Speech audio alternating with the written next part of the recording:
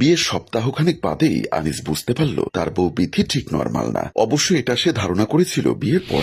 ভালো বাসাবাসির আগে বিথি যখন বলল সেফটি ইউজ করার দরকার নেই কোনো, আনিস অবাক হয়েছিল। তোমার কি সেফ পিরিয়ড চলছে? না। তাহলে পিল খাবে? পিল খাওয়া ক্ষতিকর স্বাস্থ্যের জন্য। পিলও খাবো না। তাহলে প্রোটেকশন না ইউজ করলে কনসেপ্ট করে ফেলবে তো, এত তাড়াতাড়ি বাচ্চা নেওয়া ঠিক হবে না। বিথি কিছুটা বিরক্তি নিয়ে বলল, আমি বলছি তো কোনো সমস্যা হবে না, এত দ্রুত বাচ্চা আমিও নিব না। তুমি সেফটি রেখে দাও, আর কখনো এটা কিনে তোমার টাকা নষ্ট করা লাগবে না। আমি যা করার সরাসরি করব। তখন বিস্তারিত আলোচনা করার মতো ধৈর্য বা পরিস্থিতি না থাকায় আনিসার কথা বাড়ালো না। দুজন ভালোবাসায় ডুব দিল। 6-7 দিন পর একদিন সন্ধ্যা থেকে প্রচন্ড বৃষ্টি শুরু হলো। বাসায় বাজার ছিল না কোনো। আনিস বিথিকে বলল, খিচুড়ি রান্না করো, সাথে ডিম ভাজি। দোতলার ভাবির বাসা থেকে ডাল আর ডিম ধার করে আনো। বিথি জানালো ঘরে ডিম আছে, শুধু ডাউল আনলেই হবে। ঠিক আছে বলে বাইরে চলে গেলাম। রাতে ডিম খিচুড়ি পেট ভরে খাওয়ার পর বৃষ্টি ভেজা রোমান্টিক রাতে আমার ইচ্ছা হলো বউয়ের সাথে একটু রোমান্স করা। কারেন্ট ছিল না। মোমবাতি জ্বালাতে জ্বালাতে আনিস বিথিকে জিজ্ঞাসা করলো, আজও নো প্রোটেকশন? বিথি হাসলো, ইয়েস বেবি। আচ্ছা বলো তো, তোমার কি কোনো অপারেশন করা আছে,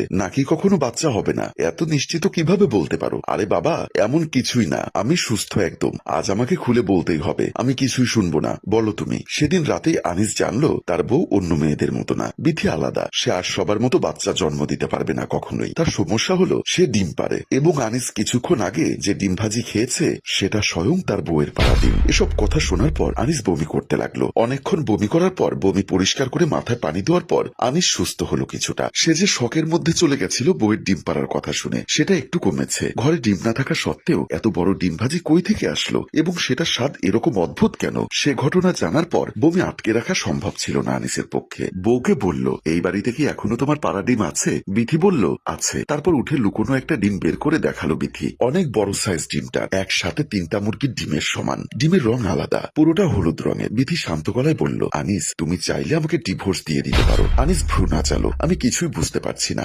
সিরিয়াসলি তুমি আমাকে বোঝাও, একটা মানুষ কেন ডিম পারবে? তুমি কি মুরগির বাচ্চা? বিথি রাখলো এবার। দেখো, মুরগির বাচ্চা বলে অপমান করবে না। মুরগি ছাড়া আরো অনেক প্রাণী ডিম দেয়, সে না হয় দিল, কিন্তু তুমি তো মানুষ, তুমি কেন দিবে? সেটা আমি জানি না, প্রকৃতি জানে সেটা। তবে আমার ভুল হয়েছে, আমি বিয়ের আগে ব্যাপারটা তোমাকে জানাইনি। আসলে আমার সাহস ছিল না। ডিম পাড়া একটা মেয়েকে এই সমাজ মেনে নিত না কখনোই। তবে পরে ভেবে দেখলাম ব্যাপারটা গোপন রাখলে আসলে তোমাকে ঠকানো হবে, তাই বলে দিলাম। এখন তুমি যা খুশি করো, ডিসিশন তোমার হাতে। এখন আমি ঘুমবো, তোমাকে কালকে ডিসিশন দিব। কথা বলে আনিস শুয়ে পড়ল। পরদিন সকালবেলায় চা খেতে খেতে আনিস কি বলবে ভেবে পাচ্ছে না। একটু ভেবে বলল, আমাদের কি কখনোই বাচ্চা হবে না? বিথি দীর্ঘশ্বাস ছেড়ে বলল, কেন হবে না? ডিমে তা দিলে অবশ্যই হবে। একসাথে চাইলে অনেকগুলো বাচ্চাও হতে পারে, কিন্তু সেগুলো কিসের বাচ্চা হবে আমি ঠিক শিওর না। তবে যদি মানুষের বাচ্চাও হয়, তবুও কোনো ধরনের প্রেগন্যান্সি ক্লিনিক অপারেশন ছাড়া তোমার এই বউয়ের একটা বাচ্চা এই সোসাইটি একসেপ্ট করবে না। আচ্ছা, আমাকে ভাবার সময় দাও। এটা ছাড়া সে সময় আর বলার মতো কিছু খুঁজে পেলাম না। বেশ কিছুদিন পার হয়ে গেছে।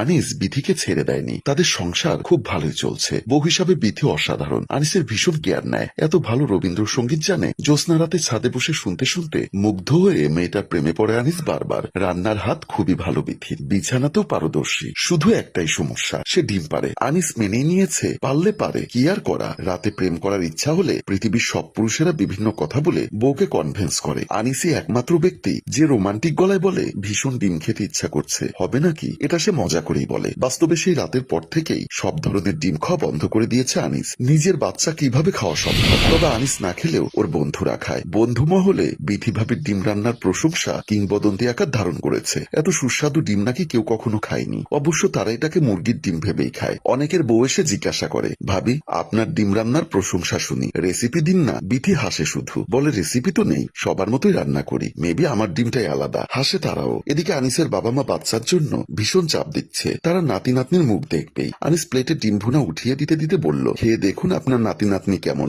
মানে কি বলছো? কিছু না, বাচ্চা হবে, টাইম আসুক। বিয়ের 2 বছর হয়ে গেল, আর কবে টাইম আসবে? আমরা মরে গেলে? আচ্ছা, খাওয়ার সময় আমরা কথা না বলি এ বিষয়ে। হ্যাঁ, তুমি তো কথা ঘোরানোর ধান্দায় থাকবে। যাই হোক, ডিম রান্নাটা বরাবরের মতোই অসাধারণ হয়েছে। আরেকটা কথা, তোমরা 3 বেলা শুধু ডিম খাও নাকি? তোমার বাসায় আসলেই খালি ডিম দেখি। বিথি মুচকি হাসে, কি করব বলুন, ঘর ভর্তি খালি ডিম। আপনার ছেলের এনার্জি বেশি তো? এনার্জি বেশি বলতে?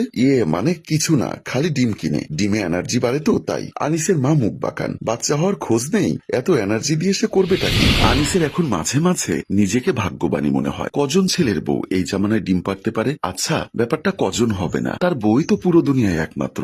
বিথি একমাত্র মেয়ে যে ডিম দেয়। বাসর রাতে সেফটি ইউজ না করার কথা বলেছিল বিথি। তার মানে বিথি জানতো সে ডিম পারে। তার মানে কি দাঁড়ায়, আগেও পেরেছিল? বিথি ভার্জিন ছিল না? শিট, আর কিছুই ভাবতে পারে না আনিস। বিথি ওর সাথে এত বড় প্রতারণা করতে পারলো। কথাটা শুনে বিথি হাসে। আরে গাধা, তোমার চিন্তার কিছু নেই, আমি অন্য কোনো ছেলের সাথে কিচ্ছু করিনি বিয়ের আগে। তাহলে কিভাবে জানলে যে তুমি ডিম পারো? কারণ আমার আম্মু ডিম পারতো, আমার নানু পারতো, নানুর আম্মুও পারতো হয়তো। তার মানে তো আমাদের বাচ্চা হওয়া সম্ভব। কিন্তু তুমি বলেছিলে তুমি জানো না কিসের বাচ্চা হবে। কারণ আমি চাইনি আর একটা ডিম পাড়া মেয়ের জন্ম হোক। ছেলেও তো হতে পারে, কারোর তো হয়নি, আম্মু বা নানুর। তার মানে যে তোমার হবে না তা তো না। আমি রিস্ক নিতে চাই, মেয়ে হয় হোক, আমার বাচ্চা লাগবে। 1 বছরের জন্য জার্মানি বেড়াতে চলে আসে আনিস আর বিথি। সেখানে ডিমে তা দিবে বিথি, দেশে ফিরবে বাচ্চা নিয়েই। বিথি জানিয়েছে ডিমে তা দেওয়ার 1 মাসেই বাচ্চা হয়, কিন্তু সোসাইটি 1 মাসের বাচ্চা মানবে না বলেই 1 বছরের জন্য বিদেশ যাওয়া। মিউনিখের একটা গলির ছোট্ট একটা বাড়িতে 9 মাস যাওয়ার পর ডিমে তা দেওয়া শুরু করলো বিথি। দুজনেই ভীষণ চিন্তিত, কি যে হবে কেউ জানে না কিছুই। আর একটা ডিম পাড়া মেয়ের জন্ম দিয়ে তাকে মানসিক টর্চারের মধ্যে দিয়ে জীবন কাটাতে বাধ্য করা কতটা কঠিন হবে। আনিসের মতো একটা বর কি সে পাবে?